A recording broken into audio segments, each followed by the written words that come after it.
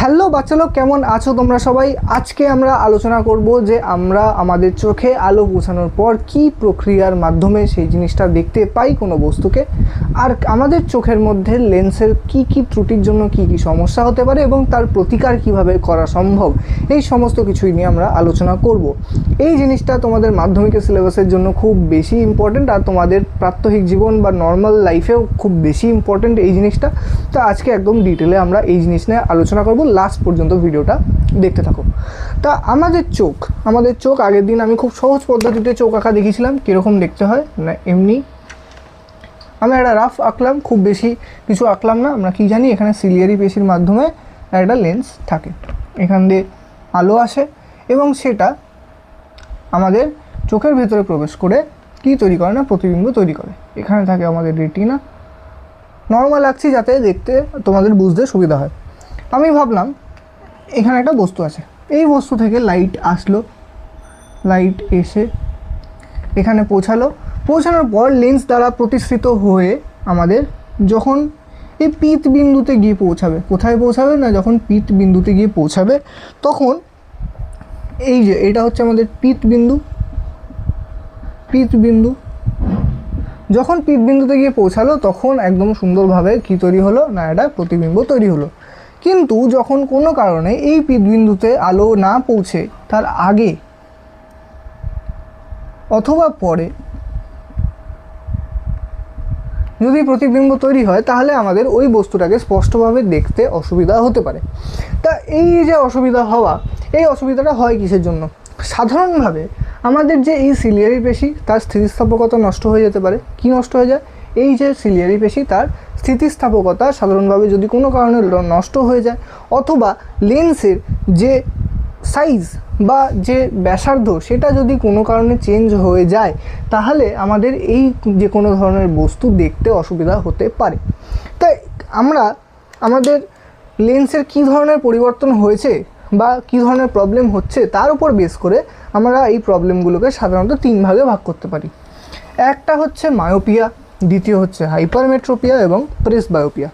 তাই এই সমস্ত আরেকটা মেন জিনিস হয় যেটা হচ্ছে ক্যাটারাক্ট, বা যেটাকে আমরা সাধারণ বাংলায় ছানি বলে থাকি। এটা হচ্ছে 4 নম্বর, যা এটার আন্ডারেই পড়ে থাকে। তবে এটাকে ওরম করে অপারেশন ছাড়া কোনোভাবে ঠিক করা সম্ভব না। কিন্তু বাকি তিনটে, মায়োপিয়া, হাইপারমেট্রোপিয়া এবং যে প্রেসবায়োপিয়া, এই জিনিসটা আমরা ডাক্তারের মাধ্যমে বা চশমা ব্যবহারের মাধ্যমে এটা ঠিক করে উঠতে পারি। তা ফার্স্ট প্রবলেম আমি কী বললাম? মায়োপিয়া। দ্বিতীয় কি? হাইপারমেট্রোপিয়া। আর তৃতীয় কি? প্রেসবায়োপিয়া। তা একদম ফার্স্টে আমরা দেখব এটা হয় কেন, কারণ কি। মায়োপিয়া হওয়ার মেন কারণ হচ্ছে আমাদের যে লেন্স, এই লেন্সের ব্যাসার্ধ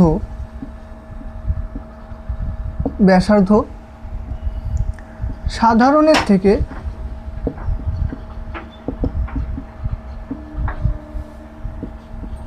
বেড়ে যায়। আবার এই হাইপারমেট্রোপিয়ার ক্ষেত্রে কি হয়? ব্যাসার্ধ কমে যায়।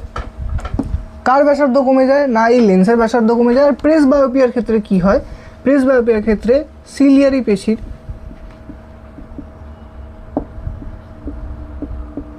পেশির স্থিতিস্থাপকতা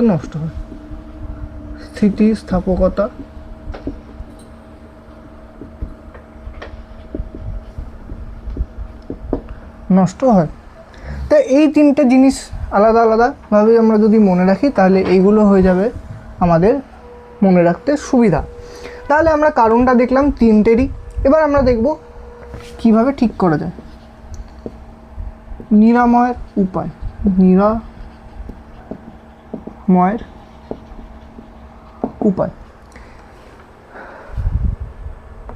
নিরাময় উপায় দেখার আগে আমাদের দেখতে হবে যে এটা হয়টা কি। ফল কি হয়, মায়োপিয়ার ক্ষেত্রে আমরা সাধারণত দূরের জিনিস দেখতে কম পাই, কাছের জিনিস বা কাছের দৃষ্টি সাধারণত ঠিক থাকে, যেটা আমাদের একদম কম বয়স বা যারা 10 থেকে 15 বছর বয়স বা তার থেকে বেশি বয়স, ইয়াং এজে সাধারণভাবে এই মায়োপিয়া দেখা দিতে পারে। অনেক সময় হাইপারমেট্রোপিয়া হয় না, এটা একদমভাবেই বলা ভুল, তবে মায়োপিয়াটা বেশি কমন হচ্ছে আমাদের কম বয়সী মানুষদের মধ্যে। তো এখানে কি হয়, দূরের দৃষ্টি নষ্ট হয়। হাইপারমেট্রোপিয়ায় কি হয়, হাইপারমেট্রোপিয়ায় কাছের দৃষ্টি নষ্ট হয়। কার দৃষ্টি নষ্ট হয় না, কাছের জিনিস দেখতে অসুবিধা হয়, কাছের দৃষ্টি নষ্ট হয়। আর প্রেসবায়োপিয়ায় কি হয়, কাছের দৃষ্টি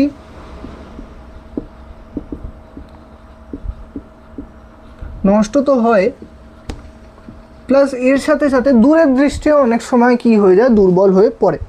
তাই এটা নিরাময় করারও নিশ্চয়ই কোনো রকম টেকনিক বা মেথডস থাকবে, তা সেটা কিভাবে নিরাময় করা যায়। এবার আমরা আসি থার্ড, নিরাময়ের উপায়। নিরাময় কিভাবে করা যায়, মায়োপিয়ার ক্ষেত্রে সাধারণত অবতল লেন্সযুক্ত যে চশমা সেটা যদি আমরা ইউজ করি তাহলে মায়োপিয়া অনেকটা পরিমাণে কমানো সম্ভব হয়। তা মায়োপিয়া কিভাবে কমানো যাবে, অবতল লেন্সের ব্যবহার।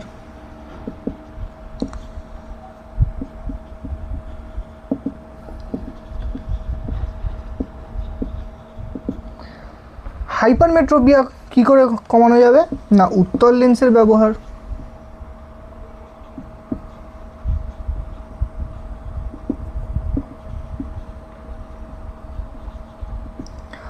আর প্রেসবায়োপিয়া কিভাবে কমানো যাবে, বাইফোকাল করা, বাইফোকাল লেন্স। এই বাইফোকাল লেন্স কী হয় আমি বলছি, তার আগে লিখে নিই কিসের ব্যবহার না, বাইফোকাল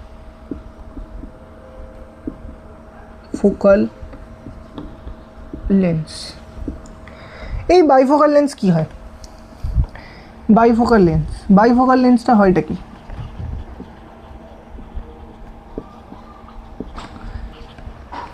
এই বাইফোকাল লেন্স সাধারণত বোঝায় এমন দুটো কাচের ব্যবহার।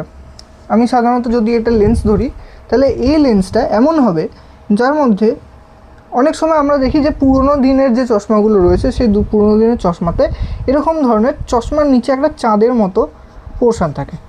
এটা কেন থাকে, এই যে দুখানা আলাদা আলাদা পোর্শান, এই দুখানা আলাদা আলাদা পোর্শানের যে কাঁচ বা লেন্স আমরা ইউজ করছি তার যে ফোকাল লেন্থ বা ফোকাস দৈর্ঘ্য সেটা কি হয়, আলাদা আলাদা থাকে। এটার যদি আমি ফোকাল লেন্থ বা ফোকাস দৈর্ঘ্য f1 ধরি তাহলে এটার হবে হচ্ছে f2, আর f1 কখনো f2 এর সঙ্গে সমান হবে না,